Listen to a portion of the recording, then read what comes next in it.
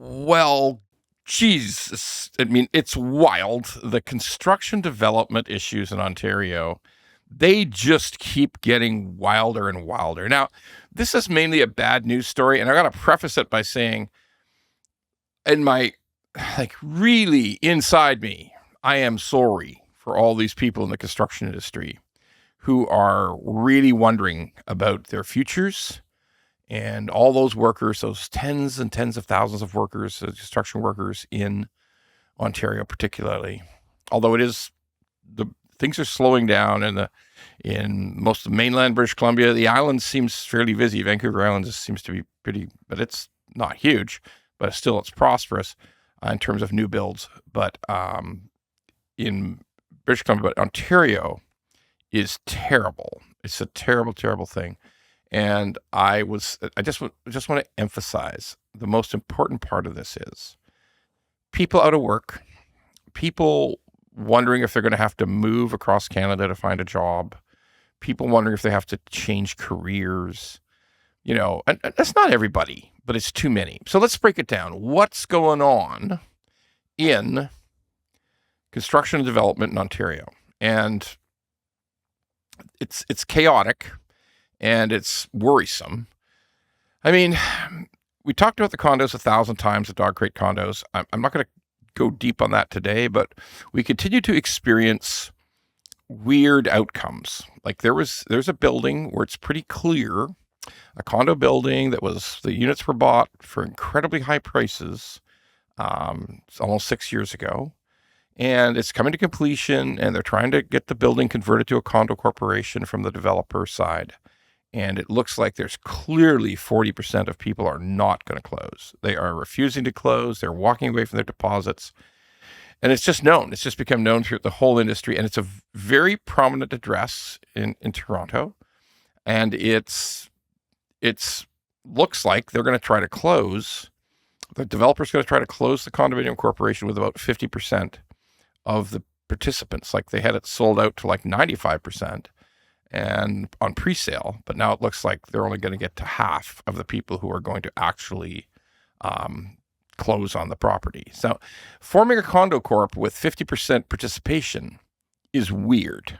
Like in my opinion, it's like a recipe for disaster, because the truth is, does the developer, through the company who owns those units that were left behind that everybody refused to sell, like, is the developer really in control of the condo corp through the board seats?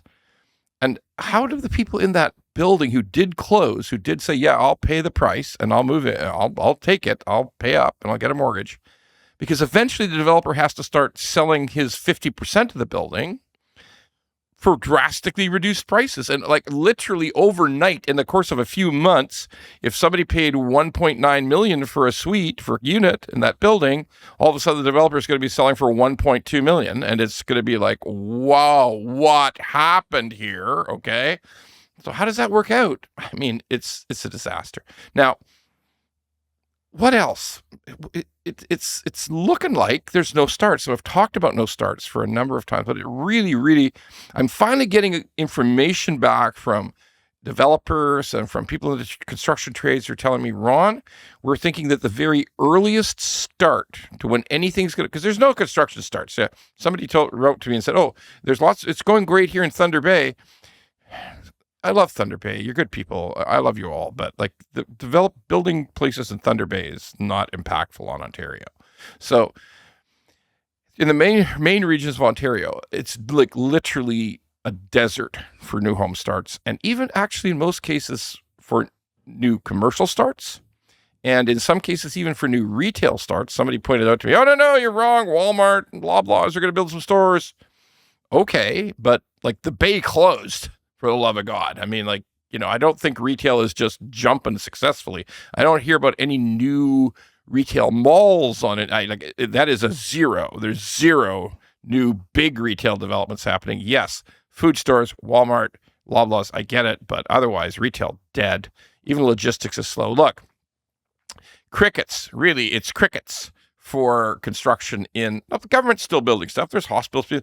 Biggest hospital in Ontario, I think, is being built in Mississauga right now, extension of the existing one in a massive way, huge footprint.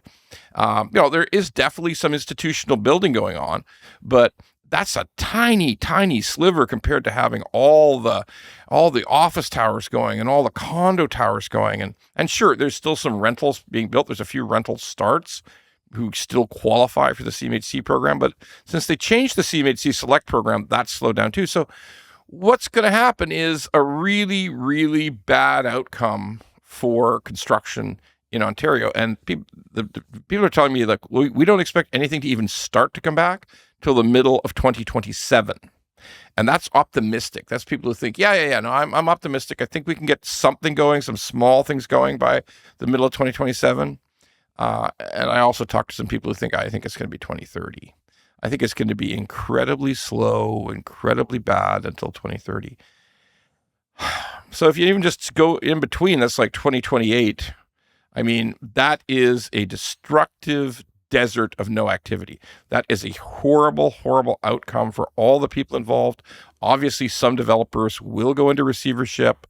There'll be and if people end up leaving, if these skilled trades end up leaving to go somewhere else to ply their trade, that's terrible too, because not only is it losses for the Ontario economy, the unemployment will be bad, and then the lack of skills, the lack of having those people in place, the lack of having the development companies in place, because eventually if immigration starts to come back even in a minor way, we will need, we're in the middle of a housing crisis and construction stopped.